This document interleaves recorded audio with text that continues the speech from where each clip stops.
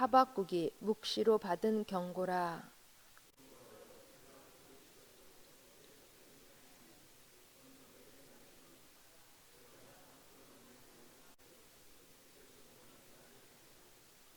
어찌하여 내게 죄악을 보게 하시며 패역을 눈으로 보게 하시나이까. 겁탈과 강포가 내 앞에 있고 변론과 분쟁이 일어났나이다.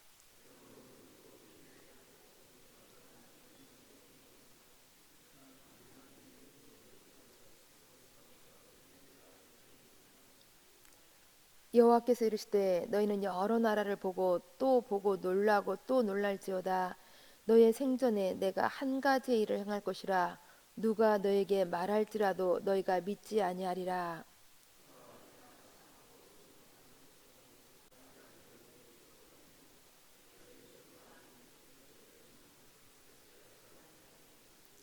그들은 두렵고 무서우며 당당함과 위엄이 자기들에게서 나오며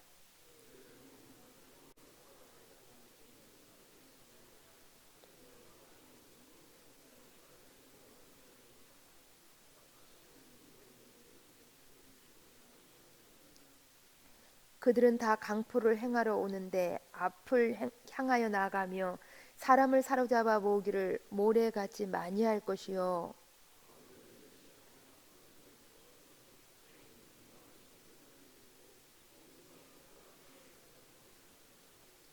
함께 보십니다. 그들은 자기들의 힘을 자기들의 신으로 삼는 자들이라. 이에 바람같이 급히 몰아 지나치게 행하여 범죄하리라. 아멘. 오늘부터 3일 동안 하박국서를 묵상하려고 합니다. 하박국서는 총 3장으로 되어 있는데 질문과 대답이 나오고 있습니다. 즉 하박 선자의 질문과 하나님의 대답이 2번 반복되어 나오고 마침내는 3장에서 마지막으로 하박국 선자의 찬양의 기도로 끝을 맺고 있습니다. 이러한 하박국서의 특이한 점은 하나님께서는 선자의 질문에 대해서 자세하게 대답해 주신다라는 것입니다. 즉 영원하신 하나님과 유한한 사람 사이에는 하늘과 땅만큼의 차이가 있는데도 불구하고 우리 하나님께서는 선자의 질문을 무시하지 아니하시고 자세하게 답변해 주시고 있다는 것입니다. 여기 하박국서는 BC 612년부터 605년 사이에 기록된 것으로 보여지는 데에 이 하박국은 예레미야와 동시대 사람인 것입니다. 그러니까 당시 북이스라엘은 아수르에서 멸망당하고 남유다는 하나님 보시기에 매우 악을 행했던 여호와김이 왕으로 다스리던 그러한 시대였습니다. 그러니까 이 시대는 전국이 매우 어수선할 때였다라는 것입니다. 이러한 전국이 어수선할 때에 나타나는 특징이 있지요. 정의와 공의의 기준이 무너져 내리고 악인이 득세하고 의인이 고난을 받는다라는 것입니다. 곧 본문 3절 4절 말씀에도 있는 것처럼 겁달과 폭력이 난무하고 다툼과 분쟁이 일어나면서 율법이 마비되고 공의가 시행되지 않고 악인이 의인을 힘들게 하는 시대였다라는 것입니다. 바로 여기로부터 하박국 선자의 질문이 시작이 되고 있는 것입니다.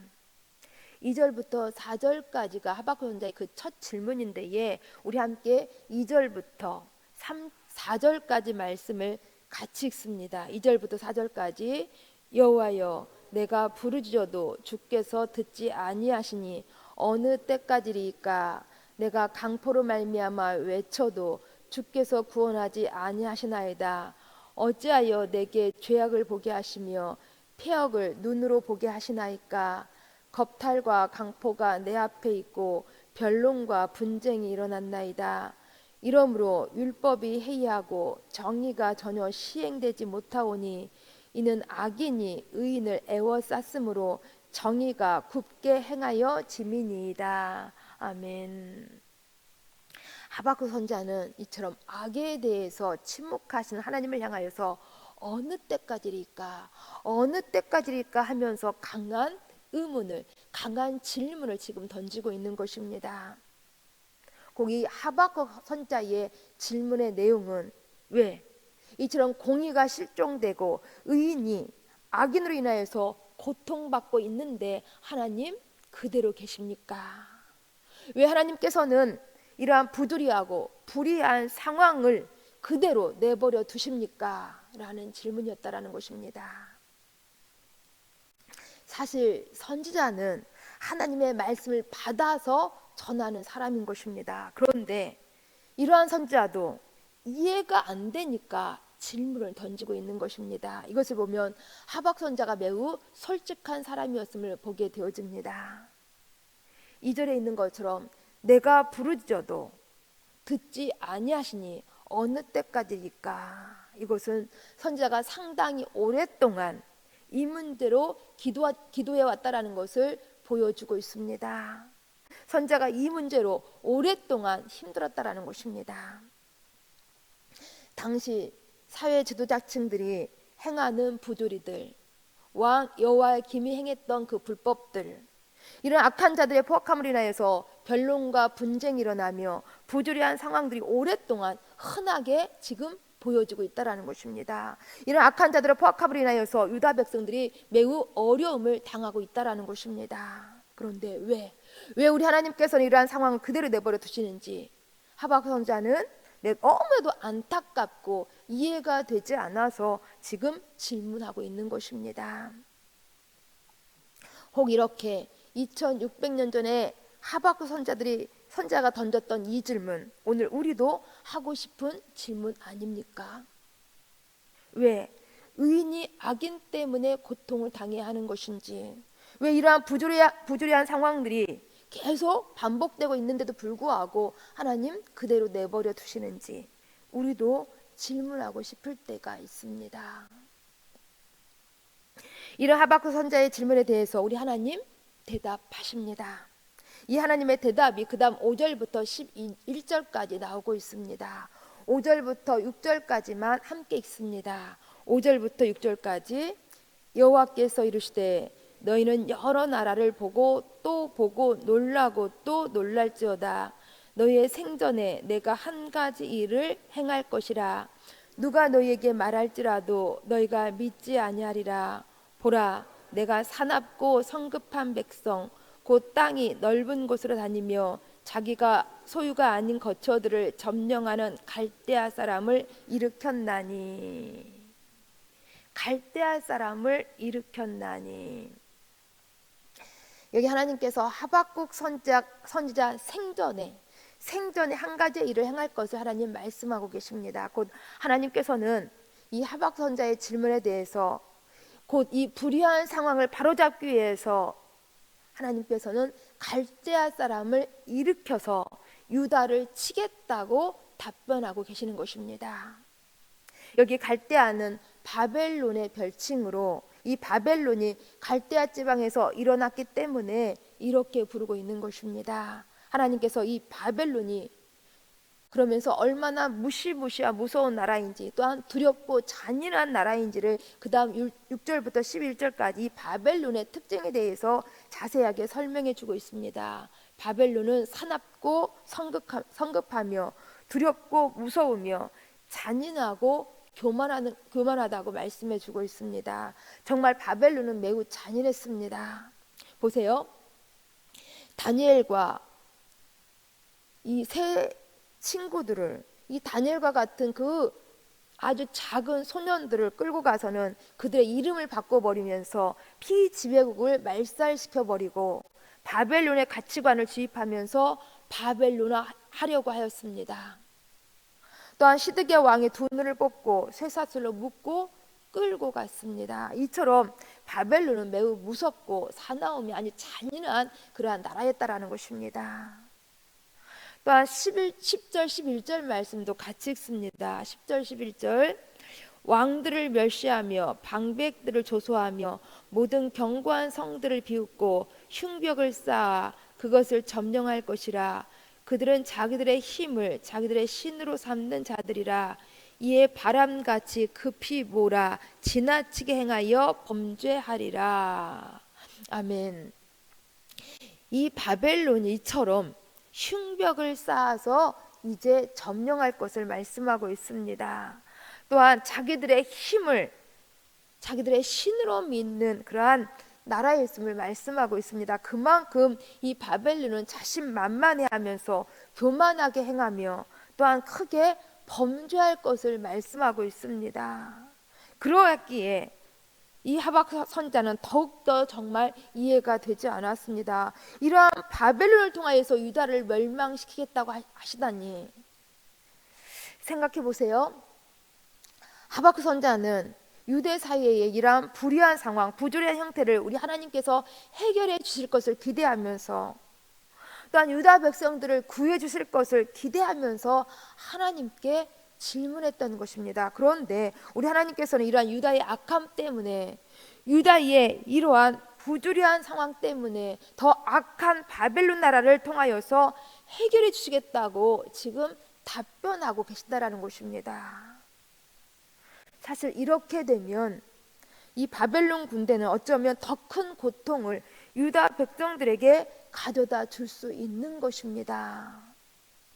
이러한 더 악한 세력을 통하여서 하나님께서는 유다의 백성들의 악행을 심판하려 하신다고 말씀하시니, 하박국 선자는 이런 하나님의 대답에 대해서 정말 기가 막혔습니다. 어안이 벙벙하였습니다.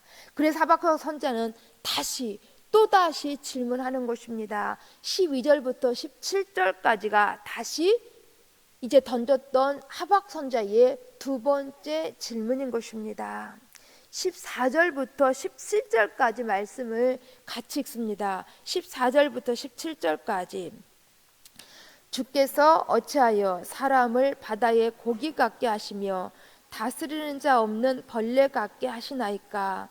그가 낚시로 모두 낚으며 그물로 잡으며 투망으로 모으고 그리고는 기뻐하고 즐거워하여 그물에 제사하며 투망 앞에 분향하오니, 이는 그것을 힘입어 소득이 풍부하고 먹을 것이 풍부하게 됨이니이다.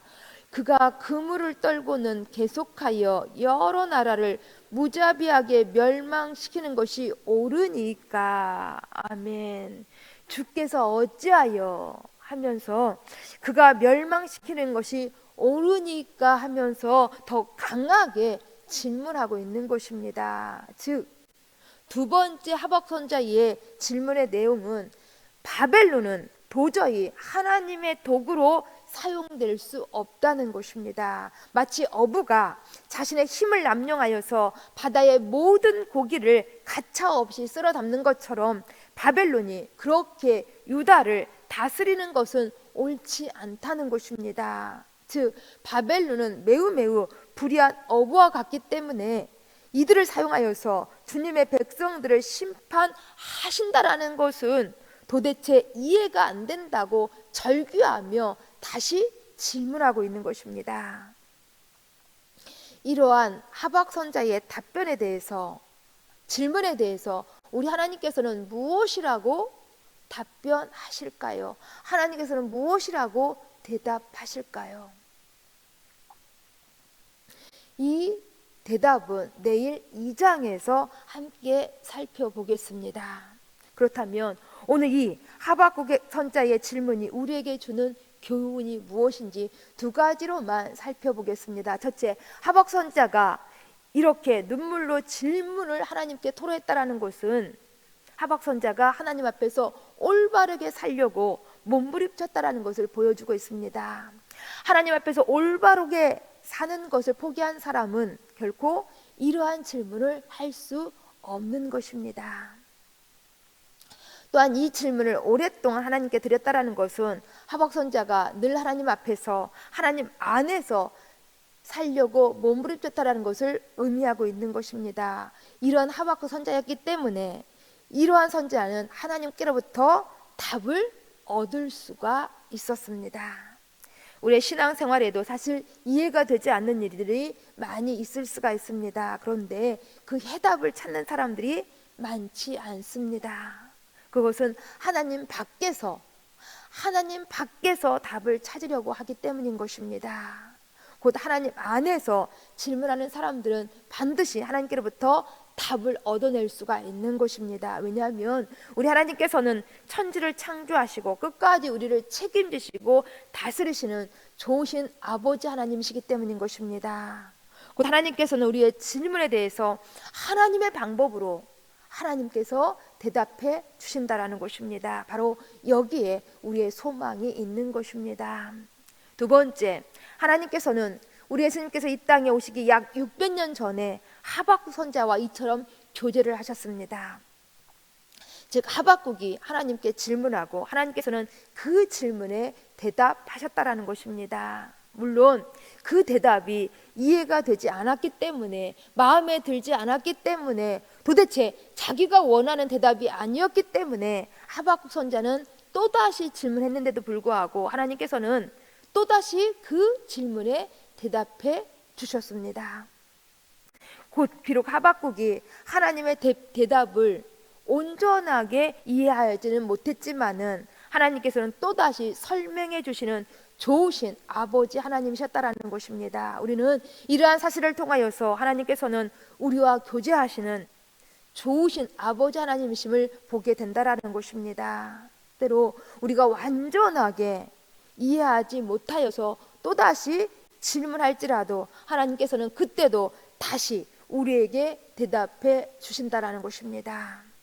곧 우리 하나님께서는 우리와 교제하는 분이십니다. 이런 하나님과의 교제를 사도 요한은 요한일서 1장 3절에서 이렇게 설명한 적이 있습니다. 우리의 사귐은 아버지와 그의 아들 예수 그리스도와 더불어서의 사귐이라. 곧 우리의 사귐은 예수 그리스도를 통하여서 자녀와 아버지와의 교제라는 것입니다. 그렇습니다.